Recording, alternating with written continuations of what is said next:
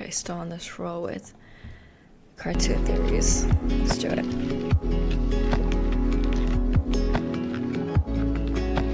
For years, people have been uncovering, and some of them to Squidward meme of him. If you're familiar with creepypastas, you're probably also familiar with the Squidward meme of him taking his own life. The terrifying meme started in the dark corners of the internet like 4chan and Reddit, where people would modify still images of the show SpongeBob SquarePants and add a little horror and creepiness to it, hence the name creepypasta. That's where the meme of Squidward taking his own life began. In the meme, you could see the fictional character with a black background and shiny red eyes. It was quite horrifying actually, but it stayed amongst the horror fanbase of the internet for years, till now. The show's animators decided to incorporate the meme in one of their episodes, which is very strange since the main demographic of the spectators are still children and the subject is a little dark, to say the least. The episode in question shows SpongeBob and Squidward as they explore a town that mysteriously doesn't adhere to the rules of logic.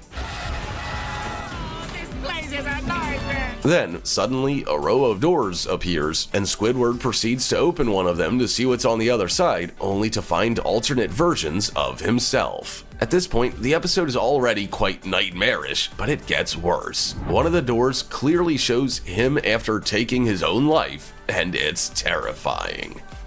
Before we go on, like this video, smash this on your face. Number 14. Toy Story 3 is about the Holocaust. There's no way. As crazy as dark cartoon theories go, There's no way. this might be the darkest. Some people believe that Toy Story 3 is about the Holocaust. You know, when Adolf Hitler killed 6 million people. How can a children's movie be about such a dark episode of our past? Well, for starters, the speech that Woody gives at the beginning of the film is almost identical to one in The Pianist, an award-winning Holocaust drama made by Roman Polanski. All the toys then decide to seek refuge in the attic, which is clearly a reference to Anne Frank, who was a Jewish little girl that had to hide in an attic from the Nazi soldiers. The toys are then all crammed into a box and taken away to a daycare center, which is a clear reference to the trains that took people to the concentration camps. You could argue that a daycare center's not a concentration camp, but in the movie, it isn't a happy place for the toys. The children constantly abandon them until they are too damaged. They then get sent down the waste chute, which might also be considered as a gas chamber. The similarities are too many to be a coincidence. Number 13. Mr. Krabs rescued Pearl from the hunters. There are a lot of different theories about Mr. Krabs and his daughter, Pearl, because as we all know, it would be impossible for a crab to have a whale as a daughter. The theory that seems to be the most accepted by the fans is the one that says he accidentally rescued Pearl when she was a baby because some hunters or fishermen killed her mother. No, baby, no more crying.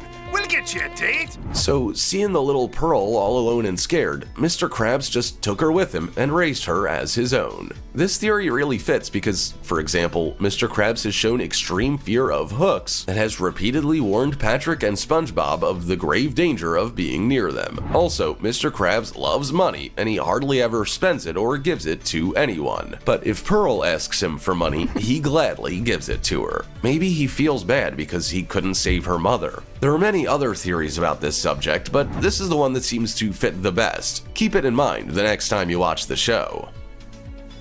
Number 12.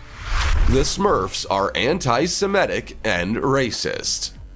Antoine Bueno is a professor at the Paris-based university Sciences Po, and he recently published a book where he analyzes the Smurf society and political situation. Let me explain. He thinks the Smurfs children's TV show is anti-Semitic. He starts by stating that Smurfs live in a political dictatorship. They are discouraged from taking any kind of initiative, and they all eat together in the same communal room. There's only one leader, and they rarely leave their home country. Papa Smurf! Are you all right? I'm fine. It's starting to sound like communist Russia, and there's more. Papa wears a... He starts by stating that Smurfs live in a political dictatorship. And then we have the #1 enemy of the state, Gargamel, which Bueno says is an anti-Semitic caricature of a Jew. In other words, your favorite kids show is a totalitarian utopia. There's even one episode where the Smurfs are bitten by a fly and their skin turns black and they lose the ability to speak. And that clearly has colonial overtones and also profound and clear racist traits. The craziest part about this theory is that it fits perfectly. It was right in front of our eyes all this time and we didn't even notice.